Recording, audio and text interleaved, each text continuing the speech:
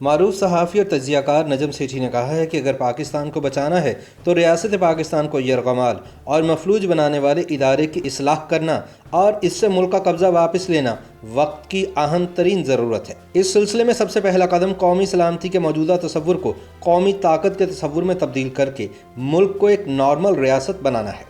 اس مقصد کے حصول کے لیے معاشی طاقت اور سیاسی نمائندگی کو فوجی طاقت اور ہائبرڈ حکومت سازی پر فوقیت دینا ہوگی، لہٰذا ووٹ کو عزت دینا ہوگی اور آزاد اور منصفانہ انتخابات میں عوامی حمایت سے جیتنے والوں کو اقتدار سونپنا ہوگا، لیکن ضروری ہے کہ یہ اقتدار حقیقی ہو، محض علامتی نہ ہو۔ ہفت روزہ فرائیڈے ٹائمز میں اپنے ایڈیٹوریل میں نجم سیٹھی کہتے ہیں کہ یہ کوئی راز نہیں کہ وزیر اعظم عمران خان اور فوجی اسٹیبلشمنٹ کے مابین شدید تناؤ پیدا ہو چکا ہے، حتیٰ کہ ان کے تعلقات میں دراڑ بھی نمودار ہو چکی ہے، لیکن کوئی نہیں جانتا کہ کیا یہ صورتحال حکومت کی تبدیلی کا باعث بنے گی۔ اس کے بعد کس قسم کی حکومت آئے گی؟ کیا موجودہ حکومت سن 2023 تک چلتی رہے گی یا یہ فوری طور پر اسمبلیاں تحلیل کر کے نئے عام انتخابات کا حکم دے دے گی؟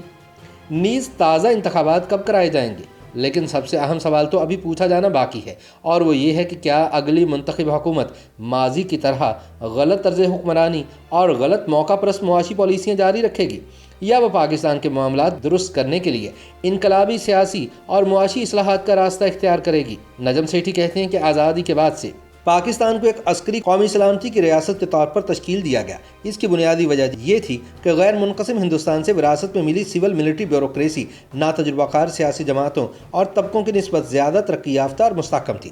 بانی پاکستان قائد اعظم محمد علی جناح رحمۃ اللہ علیہ کی تدبیر اور تدبر سے وجود میں آنے والا پاکستان ان گروہوں کے ہاتھ آ گیا۔ اس سول ملٹری بیوروکریسی نے ایک ایسے سیاسی ڈھانچے کو فروغ دیا اور پروان چڑھایا جس نے سیاسی نمائندگی اور عوامی بہبود پر قومی سلامتی کے دو ٹوک تصورات کو فوقیت دی۔ بھارت کے ساتھ 4 جنگیں چھیڑ کر ریاست اور معاشرے پر اپنی گرفت قائم کر لی، 3 بار براہ راست اقتدار پر قبضہ کیا، جبکہ جمہوری حکومتوں کو غیر مستحکم اور کمزور کرنے کا عمل جاری رکھا۔ جب خود مختاری حاصل کرنے کی دھمکی دی تو اس نے اپنی لائی ہوئی کٹ پتلی حکومتوں کو بھی چلتا کر دیا۔ اس نے لائسنس، تحفظ اور سبسڈی کے ذریعے منافع خور کاروباری طبقے اور اس سے جڑی زمیندار اشرافیہ کے ساتھ اتحاد کر کے معاشی اٹھان پر اپنی گرفت جما لی، بجٹ کو اپنے بس میں کر لیا، اپنے مفادات کو کم کرنے کی ہر عوامی کوشش کو بزور بازو ناکام بنایا۔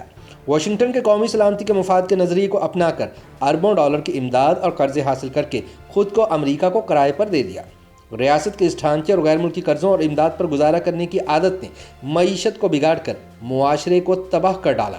لہٰذا نجم سیٹھی کہتے ہیں کہ پاکستانی ریاست کو مفلوج بنائے رکھنے والے ادارے کی اصلاح وقت کی اہم ترین ضرورت ہے۔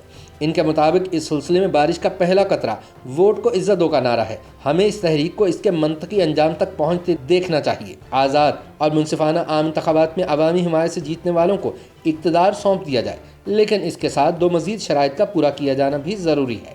پہلی شرط سول ملٹری بیوروکریسی کی ایک ایسی ناکام سیاسی اور معاشی پالیسیوں کا تنقیدی جائزہ ہے جنہوں نے پاکستان کو ایک بند گلی میں لا کھڑا کیا ہے، لیکن یہ صورتحال راتوں رات کسی حکم نامے سے تبدیل نہیں ہو جائے گی۔ اس کے لیے عوام کی حمایت سے منتخب اہل اور پرعزم سیاسی قیادت کی ضرورت ہے۔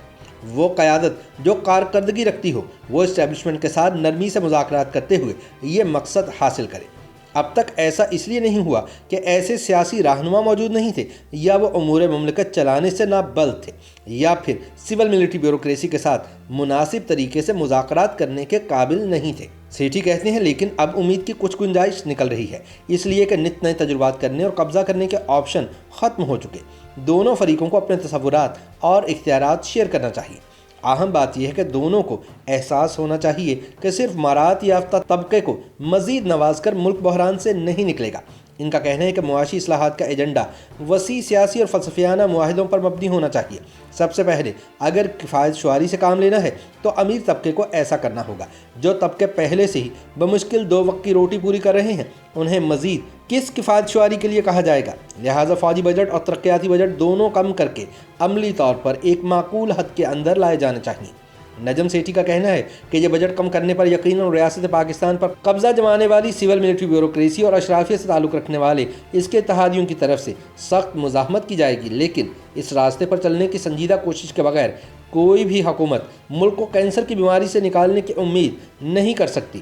دریں اثنا مناسب سماجی ماحول کو شعوری طور پر تشکیل دیا جائے اور اسے فروغ دیا جائے تاکہ اس طرح کے انقلابی اقدامات نتیجہ خیز ثابت ہوں۔ ان میں سے سب سے اہم کا تعلق آبادی میں اضافے اور بنیاد پرستی کو کم کرنے سے ہے۔ پہلا معاشی ترقی کے منافع کو کھاتا ہے جبکہ دوسرا سیاسی عمل کو غیر مستحکم کرتا ہے۔ مذہبی انتہا پسندی غیر ملکی سرمایہ کاری کا راستہ روکتی ہے اور سیاحت اور مہمان نوازی جیسے عالمی معیشت کے سروس سیکٹر سے فائدہ اٹھانے کے امکانات کو کم کرتا ہے۔ دنیا میں یہ سروس سیکٹر سب سے زیادہ تیزی سے پھیل رہا ہے، حتیٰ کہ سعودی عرب اور متحدہ عرب امارات جیسے اسلام کے رکھوالے بھی اس حقیقت کو تسلیم کر کے اس ضرورت کو سمجھ چکے ہیں۔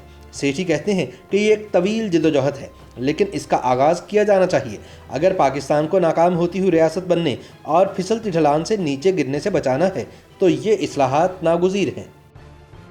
YouTube پر گوگلی نیوز دیکھنے کے لیے youtube.com کی سرچ بار میں googly news T V type کریں۔ گوگلی نیوز کے پیج پر سرخ رنگ کے سبسکرپشن والے بٹن پر کلک کرنا نہ بھولیے۔ YouTube پیج پر اپلوڈ ہونے والی ویڈیوز سے باخبر رہنے کے لیے بیل آئیکن پر کلک کیجیے۔ آپ کو ہر نئی ویڈیو کے بارے میں نوٹیفیکیشن موصول ہو جائے گا۔